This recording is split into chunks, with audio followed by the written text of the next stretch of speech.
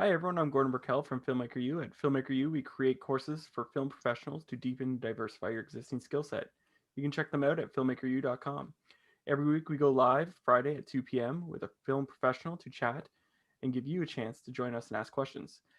Today I'm joined by the editing team of The Challenge, Double Agent, Isaac Campos, and Joshua Lentz. Welcome to the show, guys. Hey, Gordon, thanks for having us. Thank you. Thanks a lot. Appreciate being here. Can you run me through, because you think of Amazing Race, you think of all those shows, the amount of footage that must be coming in for a show like this. What is that?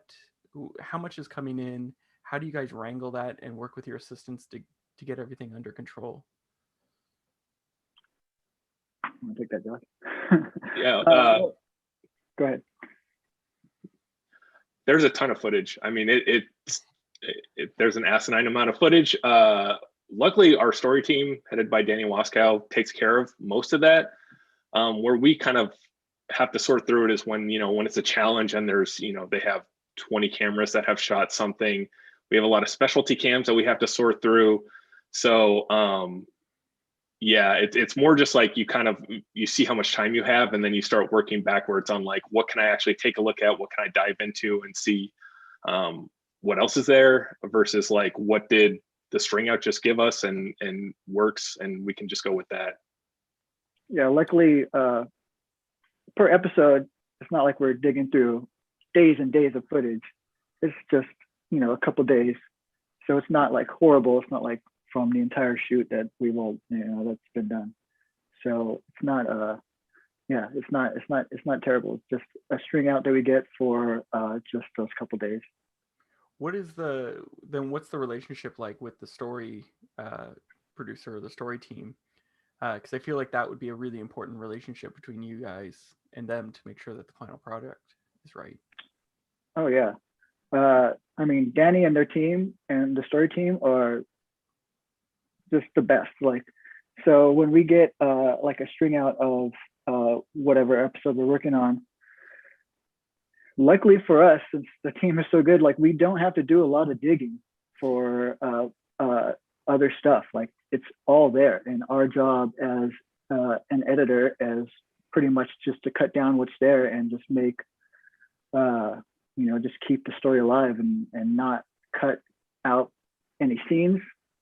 Josh and I as a team I think we're really good at that, and we just make sure all the meat and potatoes are there and keep it going and make it look cool. How long would you say a rough cut is for your first pass on these projects? We get about like 3 weeks to cut like 3 acts basically. So we get 3 weeks to cut 20 minutes worth of stuff essentially. Wow. Yeah. But like in terms of like your rough cut, like how long? Because like if I'm working on a documentary, the first cut might be 5 hours long. Oh yeah. Oh how yeah. long is with all this extra footage? What do you find that your cuts usually come in at? We try and like Isaac and I are really good at about trying to get it around 5 minutes over for the first cut. But it's not unheard of to have 10 minutes, 15 minutes over on a rough. Yeah. So what are some of the challenges that people might not know of on a show like this? You want to take that, Isaac? Challenges on the challenge are I would say, go ahead. Oh, for me, it's mostly trying to balance the comedy, the drama, the insane challenges, and just making it all kind of feel cohesive and that you're not overdoing one of the aspects and not the other. Is what I would say. How about yourself, Isaac? I agree. No, I agree. Yeah, no, I completely agree with that. Yeah. So in terms of that, what for example, like in some cases when the show comes in, little moments might not be working. So for example, if the comedy bit or comedy moment might not be landing the way the way you want it to. And in shows like Amazing Race or Challenge, you also don't want to give away the ending to the audience. So how do you test your cuts to make sure that things are working? Luckily, like, well, that all happens if we test them by showing our, like, going through our first cut, and like like Danny and James Rodriguez, who is our post producer, they watch them and they tell us if something's not working or if something is, and if it's not working, James will be blunt and be like, what's going on with this, and we'll have to, you know, change it up, or yeah, it's usually like, you know, the first round is just basically the editor's cut. So like we just do what we can, and what we feel is right, and then we have our awesome team to tell us if something's not working or if something is working on our first cut. And is there, for the two of you, is there particular characters that you're rooting for as you were cutting it? Yeah. Are you allowed to say? I guess it should be another.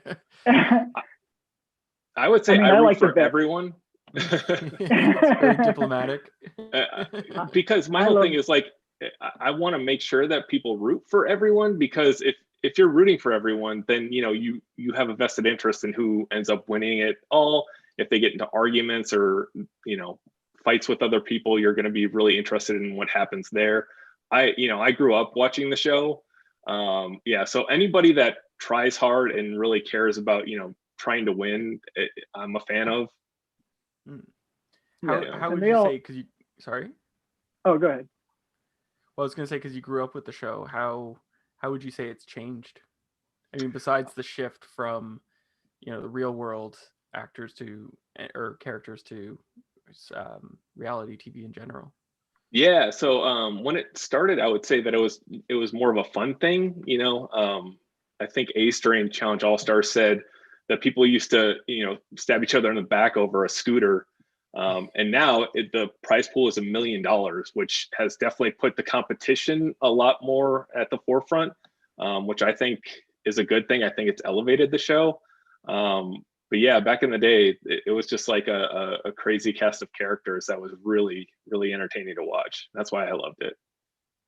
And some of those characters are still there, like CT and like Johnny Bananas. And like, to me, I mean, I grew up watching the show too, and like those vets they're just my favorite. They're just they just never let you down with the comedy and how good they are. And yeah. Mm-hmm. Now, is there a scene in this past season that you're most proud of the work you've done? Isaac, you want to go first? Okay. Oh, yeah, I'll go. Okay.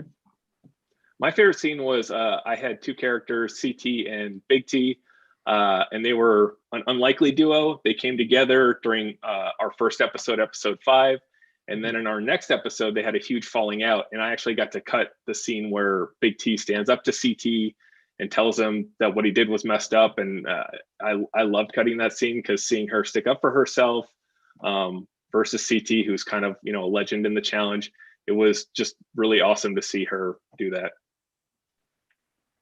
And I think my favorite scene this season was what led up to that, was the elimination between CT and Josh, and CT winning, and then picking not Big T, picking someone else and not picking Big T. And the way he did it was just the most horrible way you can ever say you don't want to be partners with someone anymore. And it was just fun. It was a lot of fun. Now, in situations like that, you know, you're essentially editing a doc / competition. You're molding these arguments, you're molding these stories, and it's one of those weird situations where you're trying to entertain, but you're also trying to present the information honestly. So how do you find that balance for entertainment and realism? Like, I think about, you know, tightening up lines of dialogue. There's sort of like a boundary around that. Like, how do you guys, when you're editing, determine that? I just try to make sure that I'm still telling what truly happened, but just in as short a time as possible, because that's the thing, is when you're cutting out time, it's not like you want to have the conversation changed in any particular way, so that way people can complain about they got a bad edit or anything like that. Like, you want to present the information as intended, but you just want it to be shorter and more concise, basically. Yeah, dialogue editing is pretty big on like scenes that we need to cut down.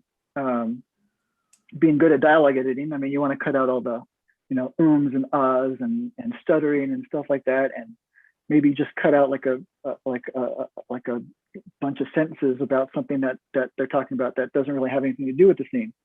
So yeah, being good at like I said earlier, like trying to keep all the scenes that we have in the string out and just cutting them down. Being good at dialogue editing really like helps that out a lot.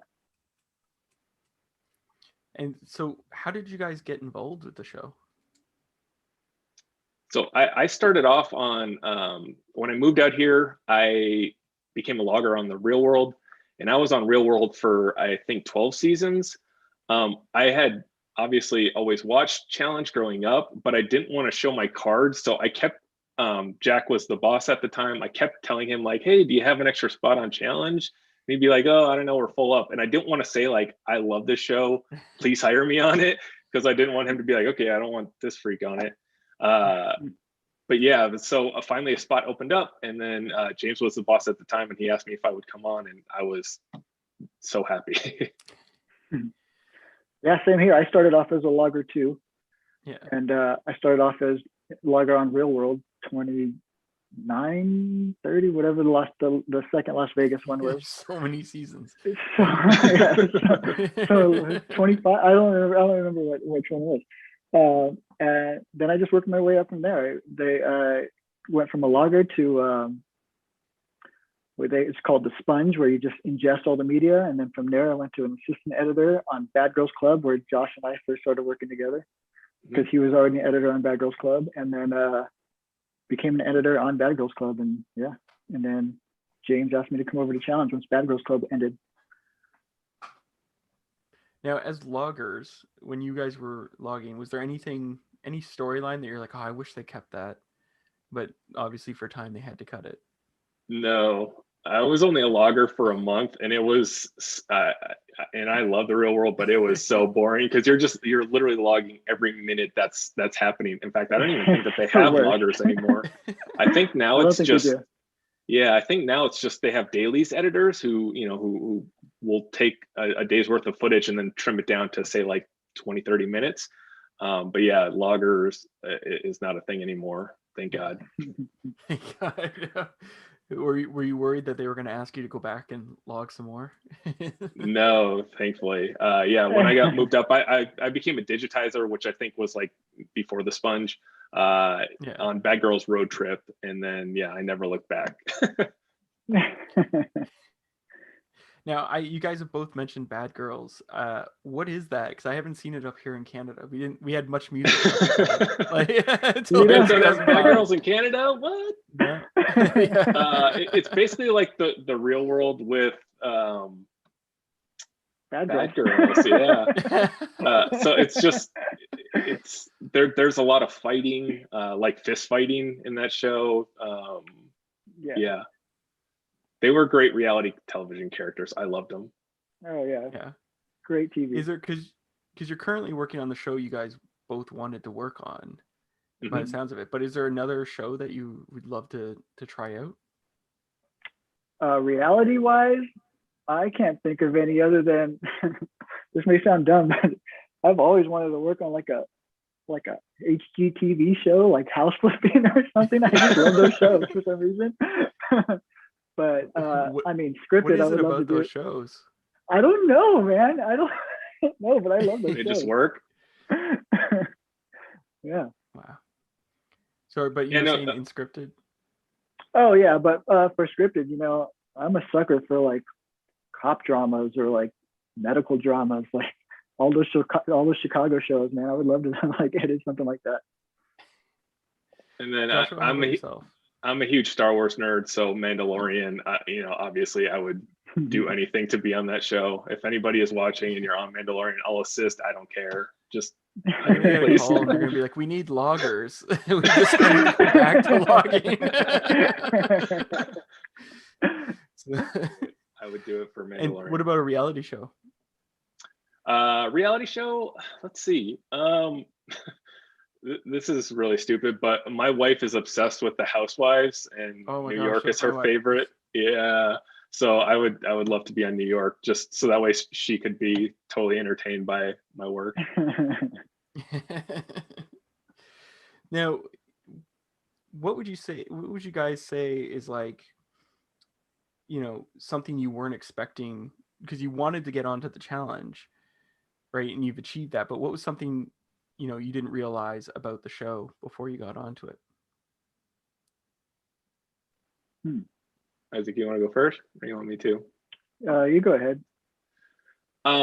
Something that I didn't realize going into it was just the amount that I would have to cut down. Because you know, there's some shows where you kind of don't have enough footage and kind of got to stretch it out and make it work. But with challenge, you have so much, and I mean, the amount that you have to cut down once with the string out, I'd say it's almost like by half. So choosing the bits and pieces that are going to play it gets really tough sometimes. You don't want to make the wrong decision, basically. Yeah. How about yourself, Isaac? Maybe just like how raw it is. Like, it's not like, obviously there are some reality shows that have some scripting towards it. This one is just like, what happens, and I was like surprised, like how much actually happens, and like what and how entertaining it is. And, yeah, I mean, I knew watching it growing up. I knew. I mean, I guess I wasn't sure until I got on it, and I was pleasantly surprised. Yeah. When COVID hit, how did that affect you guys in the cutting room? Oh, that was tough. We were off for. It hit in March, and we were editing at the time, in the middle of editing, and we went for we were finished out the show for another couple months, right? Until like May or June or something. That was crazy, because they just said, take your systems home. So one week we're in our bays, and then the next week we're at home, and it was tough because we weren't really set up for that at the time. So we kind of had to get situated as far as like how our footage was going to get to us. We ended up putting it all on externals, which both worked and didn't. We were emailing our assists a lot to help us figure out and troubleshoot different things, but our schedule didn't switch at all. So we just kind of had to do it. And then the next season of it got pushed a bit, but like then then it just started back up. And then luckily we had already had a season under our belt of working remotely. And then, so the second time we got set up, it was a lot easier. So what was the setup like? Because you said you started with hard drives or externals. Did you switch to like a server system or anything like that? Yeah, this program called, was it Resilio? Where I mean, we're still housing the footage on externals, but Resilio is syncing it at all times, basically. Oh, interesting. Now, I have one last question that I'd like to ask everyone I interview, and that is, we've been stuck in this pandemic for quite a while, and some people in different parts of the world are still sort of, they can't go outside right now, or they can't go to work the same way we would like. During this time, we've all sort of discovered special shows on streaming services. Is there a show or a movie you discovered over this past year that you think people should check out?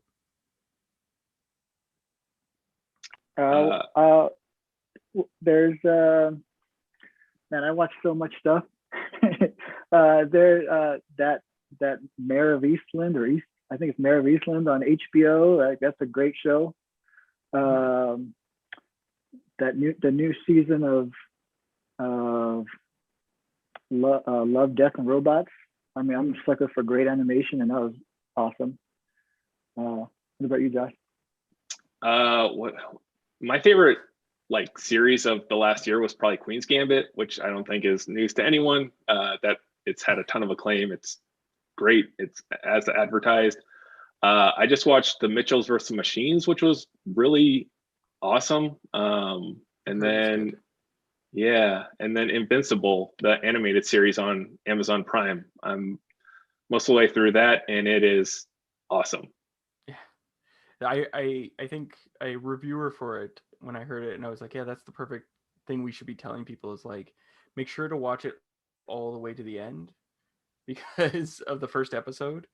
Because if you turn it off 5 minutes before the end, you're gonna have a whole different perspective of what Invincible is about than if you watch to the end.